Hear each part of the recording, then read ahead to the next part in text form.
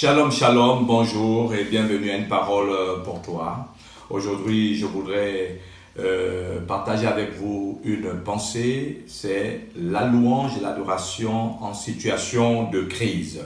Alors, permettez-moi de lire le psaume 34 au verset 2. « Je bénirai l'Éternel en tout temps, sa louange sera toujours dans ma bouche. » Je bénirai l'Éternel en tout temps.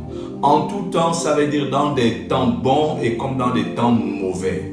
Que ce soit des bons moments ou des mauvais moments ou des situations qui nous semblent pénibles, la Bible nous demande de bénir l'Éternel.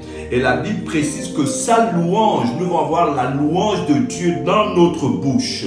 Je ne sais pas ce qui se passe avec toi en ce moment, mais je voudrais également t'encourager à faire en sorte que de ta bouche sorte la louange du Dieu vivant, la louange de l'Éternel. Bien-aimé, la louange est une arme importante pour le chrétien aussi en situation de crise. Le monde vit une crise. Il y a des déclarations qui sont faites lorsqu'on entend les hommes d'État de certaines nations. Ils parlent de situations de guerre. Mais nous sommes plus conscients encore dans le sens que nous savons qu'il y a une guerre spirituelle qui est engagée. Parce que ce qui est visible est d'abord spirituel. C'est pourquoi j'exhorte les uns et les autres à mettre en pratique le psaume 34 qui dit que sa louange sera toujours dans ma bouche. Bien-aimé, c'est très important de louer Dieu en de tels moments, de le louer et de l'adorer. Le psaume 150, verset 6 déclare que tous ceux qui respirent louent l'Éternel. Que tous ceux qui respirent louent l'Éternel. Bien-aimé, cher ami, tu respires, donc tu as la capacité de louer Dieu.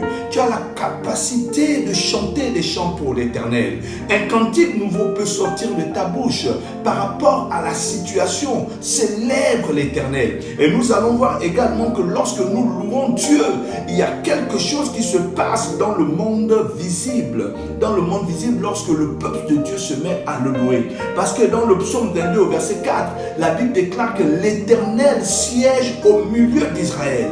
L'Éternel siège au milieu de son peuple. Donc, imaginez-vous, là vous êtes en confinement, dans la maison avec les membres de votre famille et dans chaque maison de cette nation et dans chaque maison des nations qui sont aujourd'hui, n'est-ce pas, en quarantaine. Et si chacun se met à louer l'Éternel, si chacun se met à célébrer Dieu, si chacun se met à chanter, la Bible déclare que Dieu siège. Ça veut dire qu'il descend, l'Éternel descend au milieu de son peuple qui le loue. L'Éternel descend au milieu des enfants de Dieu qui le louent. L'Éternel descend au milieu des personnes qui le célèbrent et qui le louent. J'ai dit, bien aimé, la louange est une arme importante en situation de crise.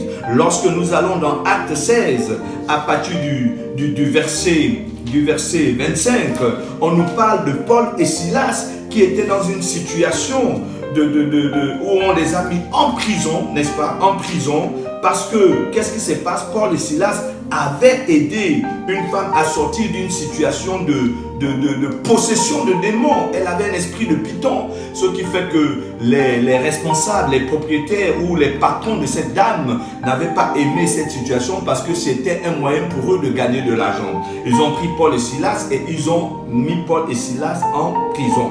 Mais regardez l'attitude de Paul et Silas en situation de crise, parce que c'était une crise pour eux. C'était une crise pour eux. Ils n'ont pas pleurniché, ils ne sont pas lamentés, ils n'ont pas eu peur, ils n'ont pas eu crainte, mais ils ont eu la bonne attitude. Et la Bible déclare que vers le milieu de la nuit, Paul et Silas priaient et chantaient les louanges de Dieu et les prisonniers les entendaient. Vers le milieu de la nuit, ils faisaient quoi? Ils priaient et ils chantaient quoi? Des louanges. Des louanges en situation de crise. Ils étaient en prison.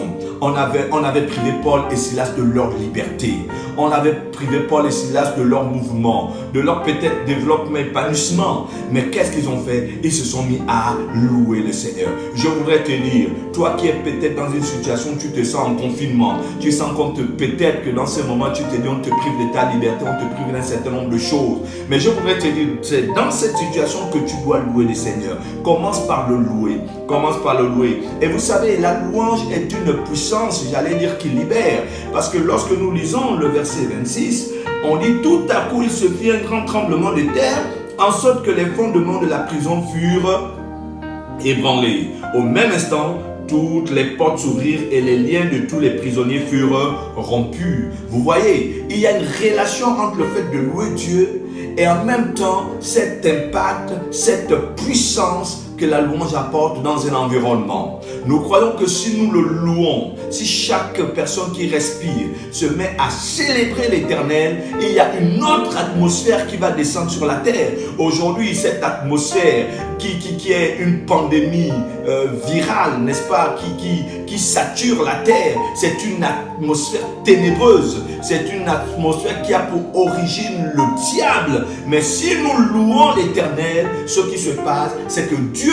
quand il descend avec une autre atmosphère. Il descend pour libérer les nations. Il descend pour briser les chaînes. Le nom de Jésus est au-dessus de tout autre nom. Si nous louons le Seigneur, si nous célébrons le Seigneur Jésus, la gloire de Dieu va descendre. Alors je voudrais simplement t'inviter à le faire. Prends un recueil de chants. Prends un cantique nouveau, prends un instrument de musique, commence par célébrer Dieu. Que ta bouche soit un instrument pour l'Éternel, en le célébrant, en le louant. Bien-aimés, c'est cette pensée que je voulais partager avec vous en ce jour. Et comme d'habitude, n'oubliez pas de prier pour tous ceux qui sont aujourd'hui affectés de ce virus, pour les familles endeuillées, pour le personnel de santé, mais également priez aussi pour l'Église, priez pour les dirigeants des nations, pour que Dieu leur donne la sagesse, afin qu'ils prennent des bonnes décisions, que toute la gloire revienne à l'Éternel.